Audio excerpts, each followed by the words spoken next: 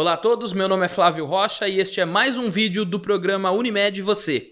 E hoje eu tenho o prazer de falar com o médico, o cirurgião, Dr. Daniel Molinar, e nós vamos bater um papo sobre cirurgia sem a necessidade de transfusão de sangue. Dr. Daniel, é um prazer falar com o senhor sobre esse tema tão importante. Boa tarde, Flávio. Boa tarde, Rafael. Agradeço muito a oportunidade de falar por um tema que está se tornando atual e é onde você pode praticar a melhor medicina, a melhor técnica cirúrgica, as avaliações são feitas, os resultados. Então é bom estar aqui para tornar isso mais público ainda. Perfeito, tenho certeza que vai ser um bate-papo muito legal, doutor.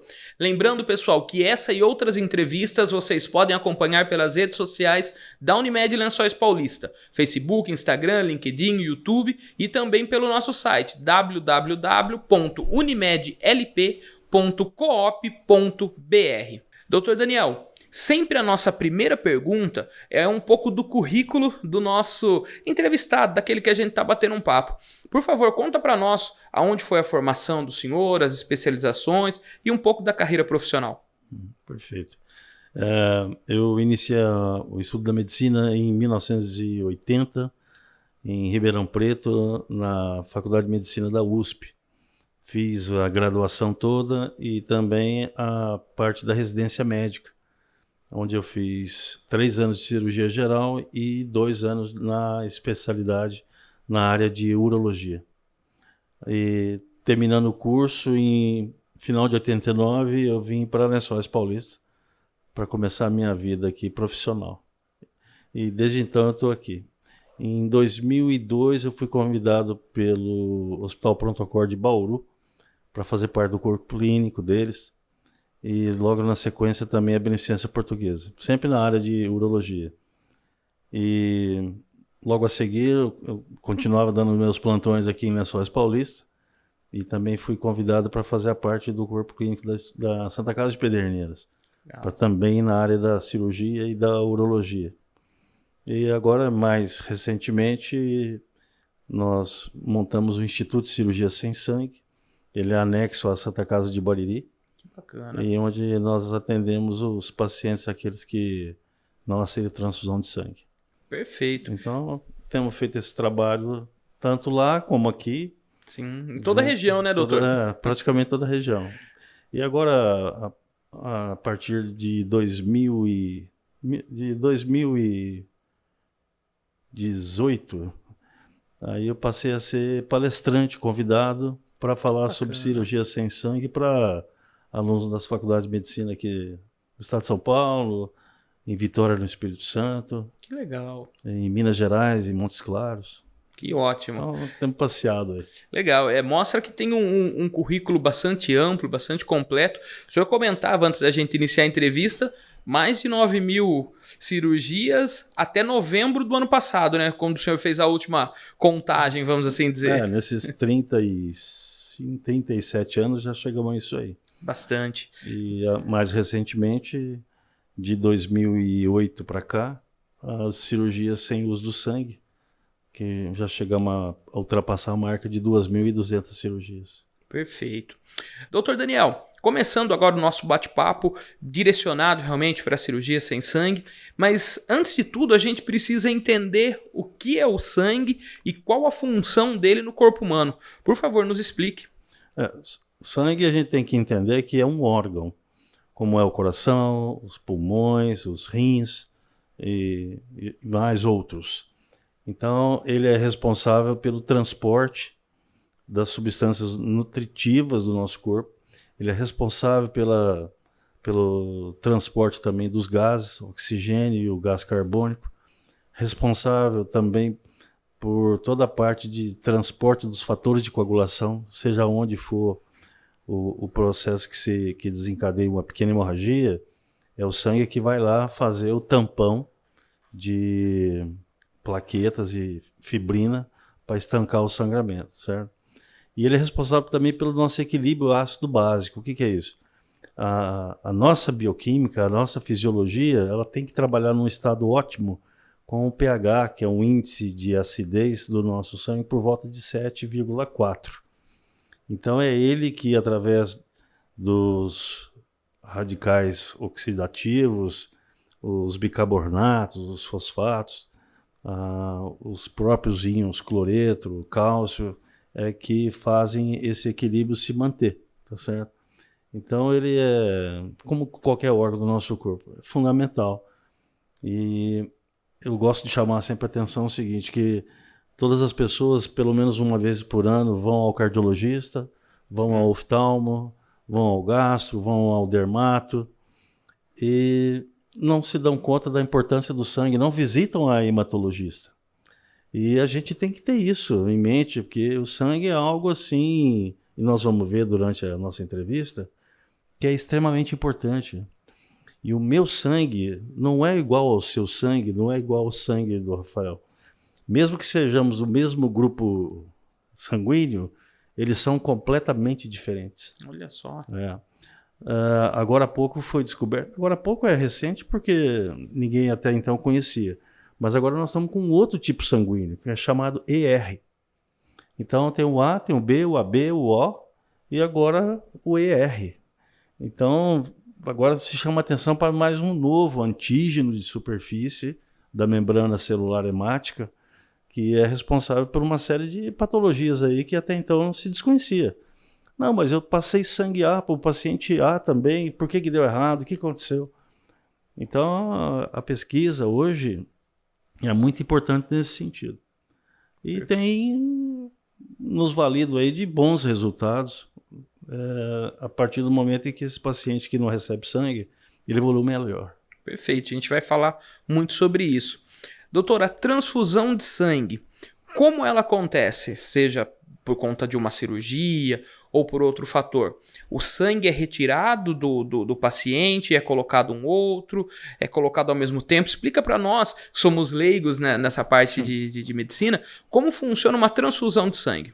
Então, a transfusão ela pode ser autóloga, ou seja, eu posso tirar o meu sangue, posso deixar ele guardado e, na eventualidade de precisar, transfundir em mim novamente.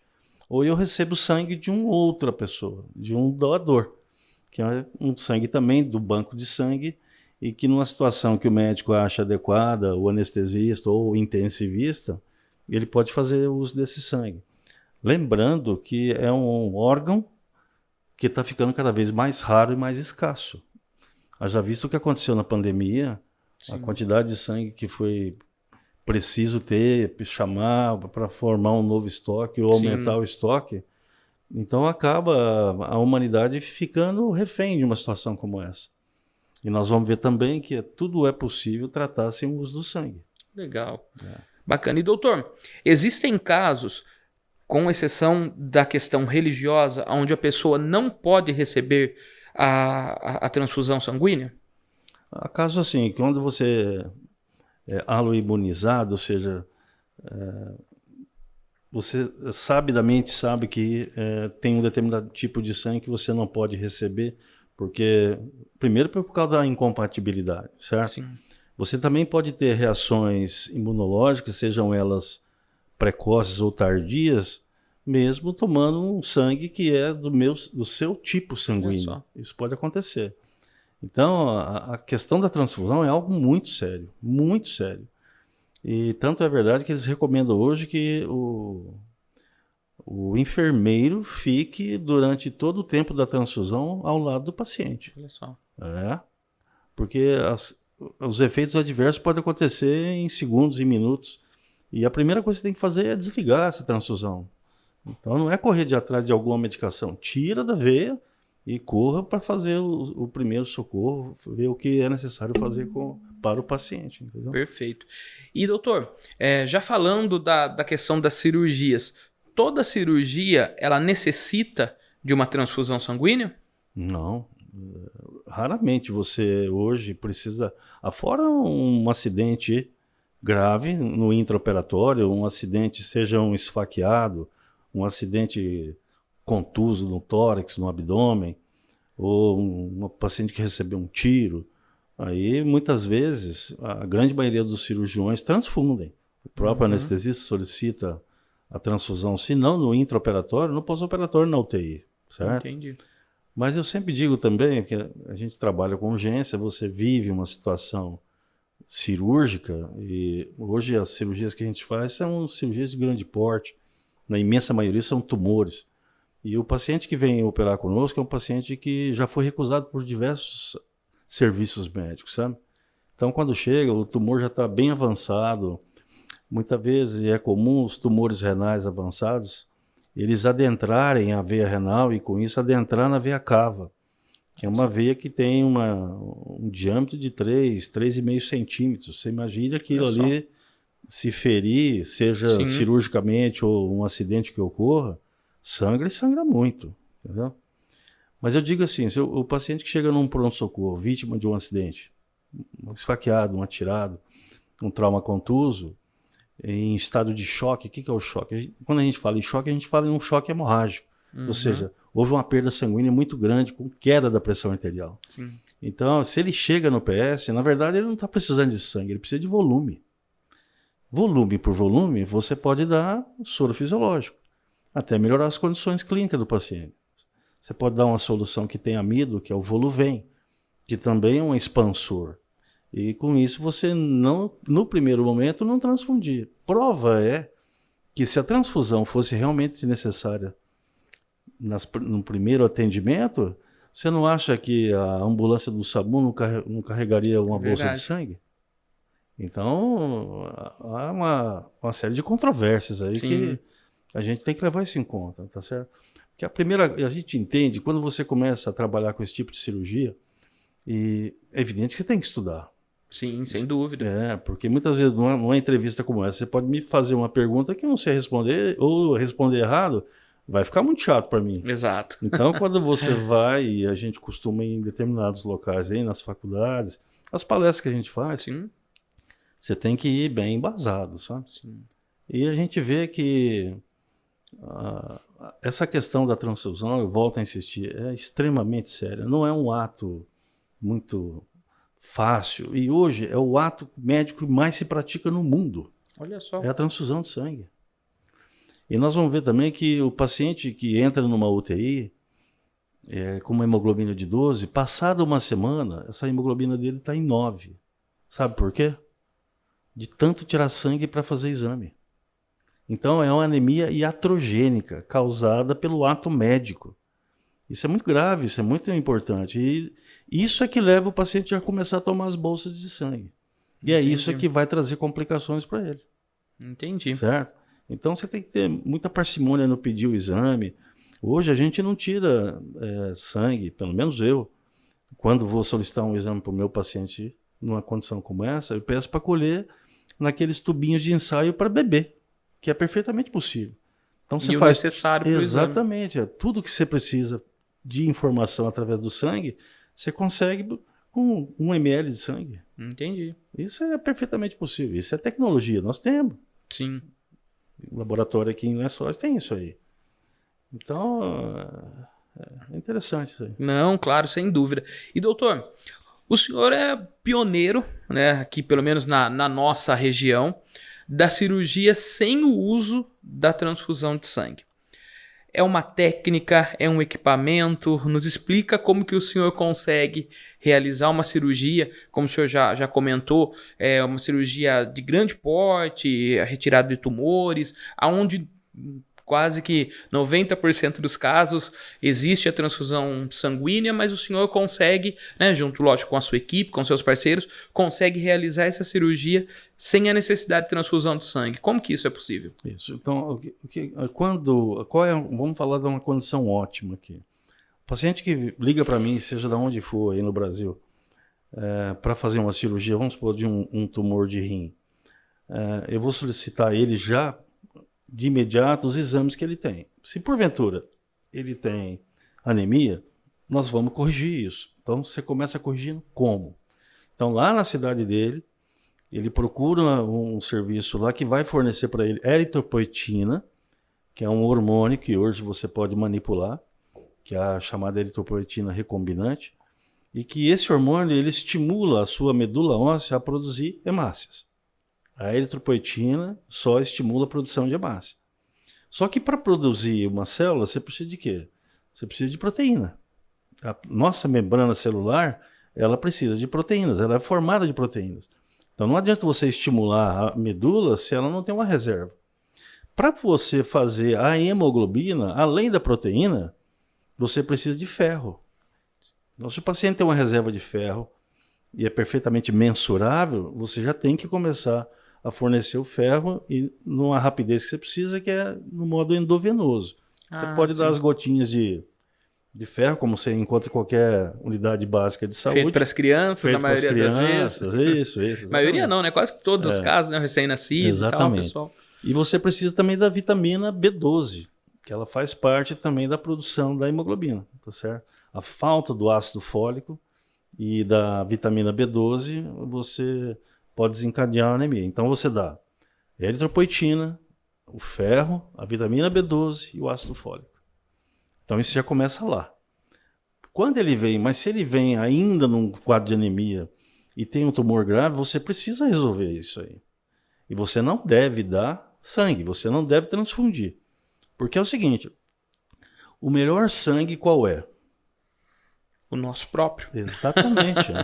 O nosso sangue é o melhor para mim, o meu sangue é o melhor para mim, o seu sangue é o melhor para você. E qual é a melhor transfusão? A nossa própria. Aquela que não acontece. Porque o nosso sangue, mesmo que estocado, ele começa a ter as mesmas características de um sangue de um outro doador, enquanto também estocado. A membrana celular, a conformação da hemácia, que é o eritrócito, ele muda quando já congelado. Então ela começa daquele formato como se fosse uma almofada invertida, ela passa a tomar um formato de uma estrela, como se fosse um carrapicho. Olha só. E isso a gente vê que na microcirculação, e é lá que todo mal acontece, é na microcirculação. Lá ela começa a entupir os capilares, porque a hemácia ela tem um tamanho maior do que o diâmetro do capilar. Então, para ela chegar lá na frente e fazer a troca do oxigênio e do gás carbônico, ela tem que se moldar ao capilar para poder passar do outro lado. Então ela tem que ser maleável. Sim. Se ela não é maleável, ela endurece, e isso acontece, ela chega lá na frente, ela entope.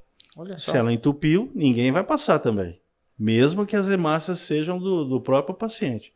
E aí vai acontecer o quê? Não vai haver troca. Quando não há troca, começa a haver a morte celular. E as pessoas têm que entender, e tem trabalhos médicos mostrando isso, que um paciente que sofre uma transfusão hoje, se ele infartar daqui 4 anos, tiver um derrame daqui 4 anos, tiver um acidente vascular cerebral daqui 4 anos, há pesquisas mostrando que isso pode muitas vezes estar relacionado com aquela transfusão. É só. Então não é um ato isolado. Existe uma conformidade aí entre uma coisa e outra. Então por que você vai expor o paciente a esse risco se você pode tratá-lo de outra forma, com a outra alternativa? E é isso que a gente faz. E a gente tenta fazer isso da melhor maneira. E temos conseguido aí bons resultados. Sim. E doutor, isso acontece, essa não transfusão, tem o auxílio de uma máquina, de um equipamento? Isso. Como então, que... continuando. Vem esse paciente para mim, mas ele continua um pouco anêmico. O que eu vou fazer? Eu não posso perder aquele sangue que ele já tem pouco. Então, como é que eu faço isso? Eu utilizo a máquina recuperadora de sangue, chamada, todo mundo conhece como Cell Saver, ou seja, um salvador de células. Legal. E essa é a tradução livre da palavra. E o que faz essa máquina? Essa máquina ela tem um aspirador. Então, eu vou operar você de um tumor do seu fígado, que é um órgão que recebe muito sangue. Então, qualquer corte que eu faça nele, ele tem o potencial de sangrar. E sangrar bastante. Então eu não posso fazer a cirurgia em você, uma vez que você não pode receber sangue, usando compressas para ir secando esse sangue. Porque a compressa ela vai para o lixo. Sim. E aquilo que nós estávamos conversando, eu vou transferir você da mesa cirúrgica para dentro do lixo através das compressas cheias de sangue. Sim. Então isso não cabe. Então não é só aquele paciente que por determinação espiritual, religiosa, não aceita o sangue. As pessoas hoje estão entendendo, e isso o Dr. Google tem ajudado bastante, que é o seguinte, ele fala, olha, eu não sou que seja lá uma testemunha de Jeová, que a gente sabe que não recebe sangue, Mas eu não quero receber sangue. Eu sou da católica, eu Sim. sou da protestante, o que for. Mas eu tenho a noção já de que o sangue ele pode me trazer riscos. Sim. Então eu quero usar a máquina também. Se eu pode usar a máquina em mim, posso usar. Então essa máquina, porque esse sangue então do campo cirúrgico entra na máquina, a máquina lava esse sangue, centrifuga e devolve hemácias. Só hemácias. Aí você fala, puxa vida, mas e os fatores de coagulação, as proteínas, o soro? Isso vai tudo embora? Vai tudo embora. Esse é perdido, a gente chama líquido de escória, mas ele devolve as hemácias. Então a gente garante a oxigenação dos tecidos Sim. através da hemácia que foi recuperada. Agora, as outras questões, aí você vai ter que correr atrás. Fatores de coagulação, algum distúrbio hormonal que ocorra, assim, assado. Então, numa situação como essa, e a gente utiliza essa máquina mesmo em tumores. Mas aí você pode me perguntar, mas não vai esparramar o tumor? Uma vez que eu estou mexendo no tumor, esse tumor vai ser aspirado, a máquina vai devolver depois no saquinho das hemácias que eu acabei de recuperar. Tem pesquisa mostrando, isso é uma coisa controversa, mas coisas recentes agora do ano passado dão conta de que se você usar um filtro que chama filtro leucocitário, a chance de passagem dessas células para a circulação depois é praticamente zero. Olha só. Mesmo que se acontecesse isso, o que você está trazendo o paciente? Você está trazendo o paciente numa condição quase que já condenado para uma situação que agora ele não tem mais o tumor, mas se porventura aparecer alguma coisinha, você trata com a quimioterapia. Exatamente. Certo? Então, muitas vezes a cirurgia que a gente faz são cirurgias citoredutoras. Ou seja, vamos tirar o máximo de câncer que a gente consegue tirar e vamos dar uma oportunidade para ele para fazer depois um outro tratamento adjuvante, que é a quimioterapia, a radioterapia, o que for. Certo? E os resultados têm sido, como eu disse, muito bons. Muito bons. Legal. E doutor, a próxima pergunta é se qualquer cirurgia pode ser feita com a utilização dessa máquina, uma cirurgia onde a pessoa talvez precise porque levou uma facada ou um acidente de carro. E também, como a gente está no Outubro Rosa, as cirurgias para retirada de câncer de mama, esse tipo de situação, também pode ser utilizada essa máquina? Para qualquer cirurgia pode ser realizada. É evidente que, pelo custo, cada filtro custa R$ 4.800. É algo assim que não é barato. Certo? Então, cirurgias de pequeno porte, do meu ponto de vista, é perfeitamente dispensável você utilizar uma máquina dessa. Agora, se você vai adentrar a cavidade abdominal, se você vai adentrar o tórax, uma cirurgia ortopédica de quadril, grandes cirurgias, cirurgia de coluna, então são cirurgias que o potencial de sangramento é grande. Então, você deve, a boa prática indica que você deva utilizar a máquina recuperadora de sangue. Perfeito. E doutor, nos casos de hemorragia interna, essa máquina também pode ser utilizada? Isso.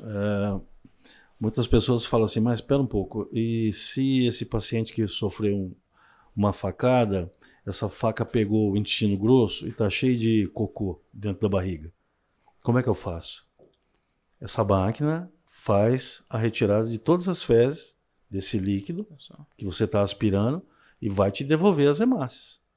Então não tem o risco, em tese, no ato cirúrgico, de o paciente ter o seu sangue, os outros órgãos contaminados por fezes porque a máquina espalhou. Não, isso não ocorre. E também no parto cesárea, onde pode acontecer, e acontece, quando você faz a histerotomia para tirar o neném, sangra e você tem líquido amniótico ali. Hoje, em países avançados, a Europa, Estados Unidos, o pessoal da Ásia, Japão, eles têm usado muito a máquina recuperadora de sangue nas cesarianas. Porque uma coisa que pode acontecer na cesariana é a atonia uterina. E a atonia uterina é um desespero para quem é o obstetra que está ali. Porque o que acontece? O útero não contrai, ele não para de sangrar. É um negócio assim, é um acidente mesmo. Algo... E essa máquina pode auxiliar nesse momento. Ela vai aspirando esse sangue, esse líquido amniótico que seja, vai separar e vai devolver à parturiente o sangue dela que foi perdido ali, entendeu? Perfeito. Funciona. E outra coisa, hein? preste bem atenção no que eu estou te falando. Hospitais de cidades onde tem um tráfego muito grande de veículos, na grande maioria das vezes são as santas casas. Sim. Haverá uma necessidade. Aquele pronto-socorro, que as portas são abertas, que você pode receber um atirado, um esfaqueado, um acidente de automóvel, que seja, eles vão ter que ter a máquina recuperadora de sangue no centro cirúrgico. Hospitais que trabalham com cirurgias de grande porte têm que ter essa máquina, porque, como volto a insistir, o resultado é melhor, o custo é menor. Você transfundir um paciente é difícil, é caro, desde a captação do sangue, porque é tão interessante, porque qual é a única indústria no mundo que trabalha com matéria-prima custo zero? Só a doação de sangue? Exato. Demorei um pouquinho, fiquei pensando. Exato. No Brasil, o sangue você doa. Sim. Nos Estados Unidos você pode vender seu sangue. Olha só. Mas aqui não, aqui é doado. Você mal dá um lanche, um copo de suco de laranja para quem está lá, entendeu? Verdade. E o que você pode tirar de uma bolsa de sangue, em termos de valores, é muito alto. Isso tem custo. Aí você tem o custo da bolsa de plástico, tem que fazer a bolsa. Sim. Você tem o custo da refrigeração. Você tem um custo depois para fazer o transporte desse sangue. Sim. Tem um custo para armazená-lo. Tem um custo para pegar a veia, a seringa que você vai usar. A equipe. Tudo. As campanhas para levar as pessoas até os centros de doação. Então, é um mundo de dinheiro que envolve isso aí. Sim. Então, não é mais fácil você cuidar bem do seu sangue? Se vai para uma cirurgia, peça para o cirurgião usar uma máquina recuperadora de sangue. Você põe isso no papel, o que você gasta é imenso. O custo do filtro que o senhor falou tem um valor elevado, acaba sendo menor barato. Dentro da... Claro. Isso Perfeito. Tá mais que demonstrado. E, doutor Daniel, existe alguma restrição para o uso dessa técnica e dessa máquina? Na verdade, a máquina a gente usa, ou deve-se usar, para pacientes que tenham até 8 de hemoglobina. Você pode, porque tem sempre um sangramentozinho ali, é melhor você então recolher isso. Mas abaixo desse limite, se você puder melhorar as condições do paciente para depois operá-lo, sim, então é a cirurgia letiva. Agora, quando é uma urgência, você deve usar a máquina, porque como é que faz? Ele já está anêmico. E se não tem a máquina, aquilo que sangrar você vai jogar na compressa fora, é um absurdo. Independente, doutor, de idade, peso, paciente obeso, não existe essa contraindicação. Não importa. Até em cirurgia pediátrica, você usa a máquina. Cirurgia cardíaca pediátrica, o INCOR em São Paulo, utiliza a máquina. Eu tive lá 2 vezes já em simpósio com eles sobre, e nós vamos falar daqui a pouco, sobre o PBM, que é um programa de gerenciamento do sangue do próprio paciente. Que legal. E lá o serviço é muito grande de cirurgia cardíaca infantil. E eles usam a máquina de rotina. Olha só. Então o nível deles lá de transfusão sanguínea é algo assim extremamente pequeno. Extremamente pequeno. E hoje eles são, no Brasil, os pioneiros no programa de gerenciamento do sangue. Coisa que, humildemente, a gente já está fazendo já nesses 16 anos aí. E, doutor, o senhor comentou que o senhor tem uma estrutura na Santa Casa de Bariri, anexa à Santa Casa de Bariri. Em Lençóis Paulista, no centro cirúrgico da Unimed ou no Hospital Piedade, é possível realizar esse tipo de cirurgia? Perfeitamente. Já, aqui no Hospital Piedade já realizamos. Agora que a nossa Unimed aqui conseguiu já montar o nosso centro cirúrgico muito bem montado, diga-se de passagem, a máquina ela vem num carro junto com o técnico. É uma máquina pequena, não é nada assim. É algo que tem aí 1 metro de altura. Entendi. Perfeitamente possível, fácil de carregar, entendeu? Legal. Então, o próprio Dr. Nivaldo, ele é um entusiasta dessa cirurgia, ele gosta, faz nas cirurgias ortopédicas dele, quando o paciente não aceita o sangue. Sim. Ele tem me ajudado bastante nesse sentido de eu poder contar com ele, com a imprescindível ajuda dele para esse tipo de paciente. Bacana. E, doutor, existe a necessidade de um treinamento especial da equipe médica, além do cirurgião? Eu falo os enfermeiros, o anestesista, eles precisam de um treinamento especial ou apenas o cirurgião sendo capacitado é possível realizar a cirurgia sem o uso de sangue? Não, assim, é evidente que eu sempre digo que para você fazer grandes cirurgias, você tem que ser bem casado com o anestesista. Você tem que gostar dele, do trabalho dele, e ele também acreditar no seu. Sim. Porque se ele vê que eu sou porcalhão, que eu deixo sangrando, e depois, se precisar, eu transfundo, o anestesista não gosta. O anestesista, como qualquer profissional experiente, ele gosta de coisas bem feitas, Sim. com esmero, tá certo? E, graças a Deus, o nosso time aqui de anestesistas, eles são excelentes nesse sentido aí, me ajudam muito quando esses pacientes vêm de fora, porque muitas vezes o anestesista não aceita, tá certo? Olha só. Então, contar com essa ajuda aí do Dr. Henrique, Djalma, Celso e os outros, para mim é uma beleza, entendeu?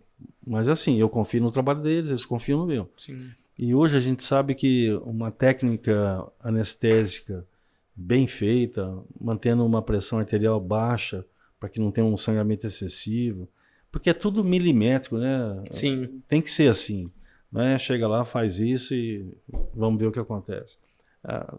Anestesia, cirurgia é coisa assim, é um pezinho atrás do outro, um na frente do outro, e vai indo até terminar a cirurgia, entendeu? Legal. E essa combinação aqui a gente tem, graças a Deus. Que bom. Doutor, riscos do uso dessa técnica, do uso dessa máquina. Existem riscos ao paciente? Da técnica em si, não. Nem a máquina, só se sofrer uma pane, é evidente que aí você não vai ter outra, tá certo? Isso pode acontecer porque é uma máquina. Sim. Agora, tudo é cuidado. Eu fiz um curso de piloto de avião. Tudo tem que ser milimetricamente calculado. Nada ali pode ser, vamos ver se dá certo. Se acontecer isso, a gente faz isso. Não pode ser assim. Então, a cirurgia, principalmente as eletivas, elas são programadas. Tem que começar assim, depois o próximo passo é esse. Porque existe o que a gente chama de técnica cirúrgica. Não é algo que você inventa na hora. Como é que é? O primeiro passo, o segundo passo, o terceiro passo. Porque você sai do primeiro passo e vai para o terceiro, você já mudou a rota. Se mudou a rota, de repente não tem nenhum aeroporto perto para você pousar, entendeu? Verdade. É a mesma coisa com a cirurgia. Então, é técnica. Se tem uma técnica que vem dando certo há 1000 anos atrás, isso é um exagero aqui, mas que seja 500 anos atrás, 200 anos atrás, por que você vai inventar de mexer naquilo, alterar essa técnica? Então, a utilização da máquina, ela dá ao cirurgião, primeiro que ela dá, o primeiro benefício é o paciente, depois é o cirurgião e também o anestesista.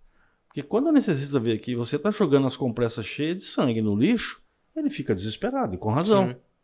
Agora, quando ele vê que esse sangue que está saindo do paciente, que está sendo aspirado e vai voltar, ele tem confiança na equipe. Ele fala, olha, pode sangrar, mas eles vão me devolver o sangue, tá certo? E outra coisa, eu tenho por mim o seguinte, toda cirurgia que eu faço num paciente que não aceita sangue, eu sempre faço a cirurgia aberta.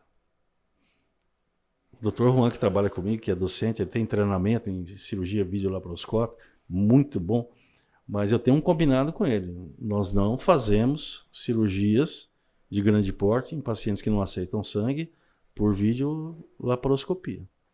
Porque se acontecer um acidente, até a gente tirar os portais, que são aqueles trocáteres, virar o paciente, chamar a enfermagem para mudar a caixa de cirurgia, fazer isso, Você imaginou quanto já sangrou?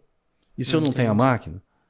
Então, não, nós temos isso por princípio. Então é o corte mesmo. É o corte mesmo, como nos velhos tempos. Porque se houver um acidente, você põe o dedo onde está sangrando, dá 2 pontinhos e fechou. Acabou. Então, é assim, como esse paciente ele não aceita, essa oportunidade, essa possibilidade eu não tenho mais. Entendi. Então, você imagina, o meu cerco tem que ser muito maior. Não, perfeito. Não? Ótimo. Doutor Daniel, a gente está chegando no final do nosso bate-papo, um bate-papo muito bacana, muito esclarecedor, né? Algo que a grande maioria das pessoas desconhece, né? Acredito que toda cirurgia existe essa necessidade. O senhor também falou muito sobre a importância do sangue, tecnicamente, isso é muito importante, é isso que a gente busca, né, nesses nossos vídeos, nesse nosso podcast.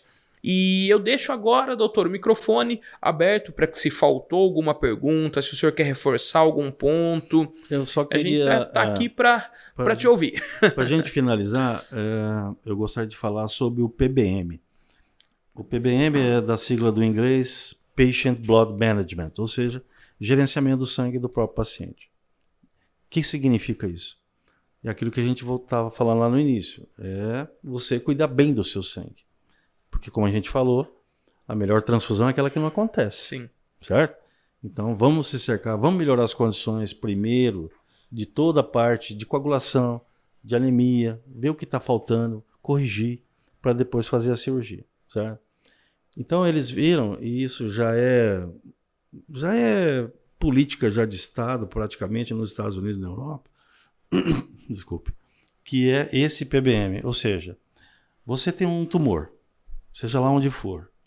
Você tem um convênio da Unimed e você vai lá no meu consultório, eu solicito lá a cirurgia para você. Quando o auditor vai ver os seus exames, ou eu mesmo lá no meu consultório, eu vou falar, espera um pouco, você está com 8 de hemoglobina, você está com 7 de hemoglobina. A cirurgia é eletiva. Vamos tratar primeiro isso aí. Porque se eu fizer assim, vai lá na Unimed, pede autorização da cirurgia, o nosso auditor, olhando o seu exame e sabendo de tudo isso que a gente falou aqui agora, ele não vai deixar operar. Ele vai falar, doutor Daniel, seu paciente está anêmico, seu paciente está com a coagulopatia, trate primeiro, depois a gente vai liberar a cirurgia para o senhor. Uhum. Porque é isso que vai acontecer. Porque se eu interno esse paciente, a chance de complicar é muito grande. E primeiro, quem é o primeiro prejudicado nisso? Paciente. Segundo, o convênio médico. Sim. Esse paciente complicando, quanto tempo mais ele vai ficar internado? Exato. Quanto tempo mais vai precisar de medicação? E outras complicações que podem aparecer. Pode até ter que ir para uma UTI. Exatamente isso. E quando não, ele recebe alta dias depois, mas volta complicado. Sim. Aí é mais uma internação. Então, isso é um negócio muito sério. E isso os convênios estão vendo. E isso vai ser uma política de Estado, até o SUS. Sim. Se bem gerenciado, vamos dizer assim, eu vou falar, pessoal, espera um pouco, trata a primeira anemia aí. Mas como é que a gente pode fazer isso? É lá, na base, na unidade básica de saúde. O médico que está lá, o colega, e mesmo que faça o programa de saúde da família, ele tem que checar. Está anêmico? Vamos investigar. Sim. Porque se dá, não é que ele vai atravessar a rua depois que sai da unidade básica e é atropelado. Cai lá no hospital, anêmico, e aí toda a sua consequência. Todo o transtorno. Entendeu? Então é isso que é.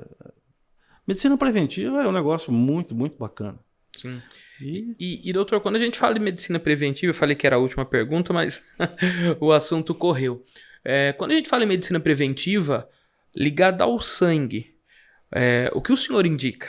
Atividade física, alimentação, esses são recomendações que a gente ouve quase que em todos os programas, né, aqui do Unimed Você. O senhor também recomenda para a saúde do sangue esse tipo de comportamento? Com certeza, com certeza. E há uma novidade aí, pelo menos do meu ponto de vista, chegando, que é os malefícios do glúten. Glúten é uma proteína vegetal do trigo, né? Outros também alimentos têm, mas que quando ele cai no nosso estômago, ele sofre a ação de enzimas e do ácido clorídrico. Isso faz com que pequenos peptídeos se formem. E esses peptídeos podem atravessar a barreira hematoencefálica, ou seja, entrar no teu cérebro e ir de encontro a receptores opioides. O que são isso? São receptores que aonde determinado hormônio ou moléculas fazem um efeito muitas vezes prazeroso, de euforia, isso pode acontecer. Então a pessoa torna-se viciada no glúten. E o glúten vem, olha, do pãozinho, da rosca, do biscoito e vários alimentos que tem aí. E só a título de informação. O trigo, lá da época do Egito, de Israel, onde ele era cultivado, Ele tinha aproximadamente 1,20 m de altura. Só que aconteceu o seguinte, depois que começou a ter a agricultura, porque até antes da agricultura, qual era a alimentação humana? Caça e frutas, Sim. quando o verão chegava, na época estava madura. Uhum. Então, quando começaram a vir os primórdios da agricultura, esse trigo era muito alto. Quando começou, então, a se plantar mais trigo, eles viram que tinha o que eles chamavam de ventania trigueira. Então, quando batia aquele vento muito forte e o trigo estava muito alto, ele tem 1,20 m, ele deitava. Então, muito se perdia. Então, o que fez a bioengenharia? Ela começou a trabalhar em cima do genoma do trigo. Então, o trigo lá atrás, ele tinha exatamente 11 cromossomos. O trigo hoje tem 42 cromossomos. Meu Deus. Então, ele que tinha 1,20 m lá, ele passou a ter 35, 40 centímetros. Então, o ganho de produtividade foi muito maior. Sim. Tanto em área como na qualidade da planta, né?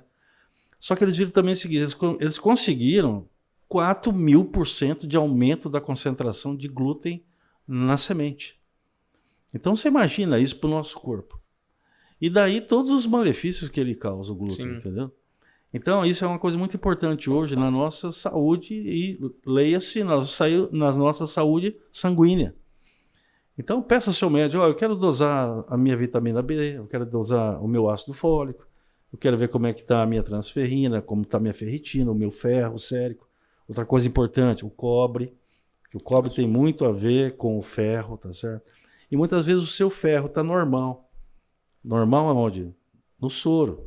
Mas o seu armazenamento, que é a ferritina que faz isso, pode estar alterado. Olha só. Então, dê valor ao seu sangue, ajude, trate-o bem, se alimente bem, faça as suas atividades físicas, tudo isso. Visite o médico regularmente, né? Faça seus exames de rotina. Você pode fazer isso na própria unidade básica, a custo zero, vamos dizer assim, né? Mas você pode fazer um bom exame a cada ano. Sim. Certo? E no primeiro sinal de anemia, corre. Perfeito. Corre e vai tratar. Muito bom, doutor. Agradeço demais, doutor, a participação. Como já disse, né, um bate-papo bacana, falando sobre sangue, falando sobre cirurgia, passando informações importantíssimas, né, para o pessoal, né, ter qualidade de vida e quando precisar, se precisar de uma cirurgia, sabe que tem essa forma de realização, essa alternativa. Exatamente. Muito obrigado, doutor. Eu que agradeço ao Unimed a oportunidade de estar aqui e se chamar, eu vou. Perfeito. Espero conversar com o senhor agora em novembro, falando sobre o Novembro Azul. A gente vai estar agendando um outro bate-papo, se Deus quiser. Vamos sim. Tamo aí.